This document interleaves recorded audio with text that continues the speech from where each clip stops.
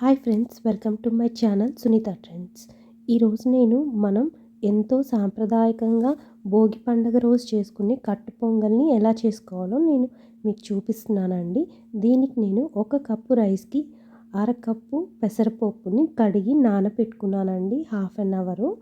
So ఇలా నానబెట్టుకున్న దాన్ని మనం ఒక కుక్కర్లోకి 1 గ్లాస్కి 2 గ్లాస్ చొప్పున వాటర్ వేసుకొని 1 స్పూన్ సాల్ట్ యాడ్ చేసుకొని ఒక 3 విజిల్స్ వచ్చేదాకా మనం కుక్ చేసుకుంటే సరిపోతుందండి. సో అంతకన్నా ఎక్కువ అవసరం లేదనమాట. ఇక్కడ మనకి మెత్తగా అవ్వకూడదు.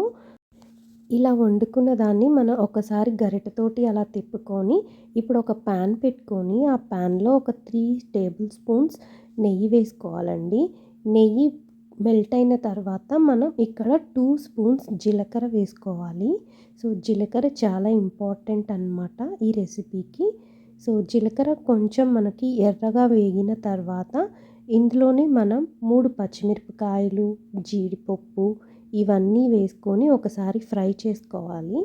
సో ఇలా అన్నీ ఫ్రై చేసుకున్న తర్వాత ఇలా మంచి కలర్ వచ్చేదాకా జీడిపప్పుని మనం ఫ్రై చేసుకోవాలండి.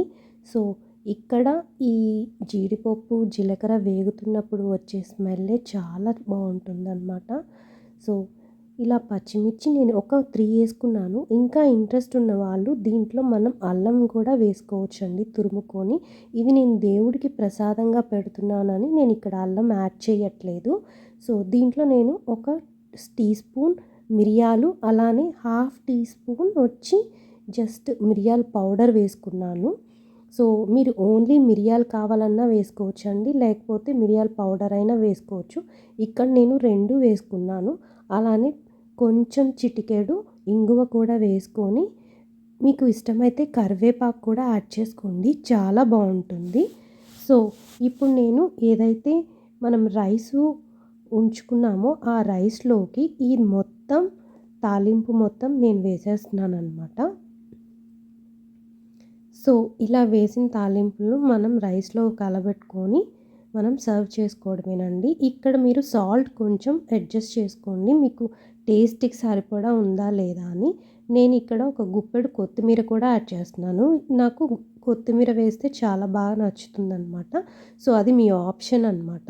సో ఇంకా దీంట్లోకి మనం చాలా ఇంగ్రీడియంట్స్ యాడ్ చేసుకోవచ్చండి. సో నేనైతే ట్రెడిషనల్గా దేవుడికి ప్రసాదానికి మాత్రం ఇలానే ప్రిపేర్ చేస్తాను. అంతేనండి, చాలా సింపుల్గా ఫాస్ట్గా ఈ రెసిపీని మనం ప్రిపేర్ చేసుకొని దేవుడికి నైవేద్యంగా పెట్టుకుందాం.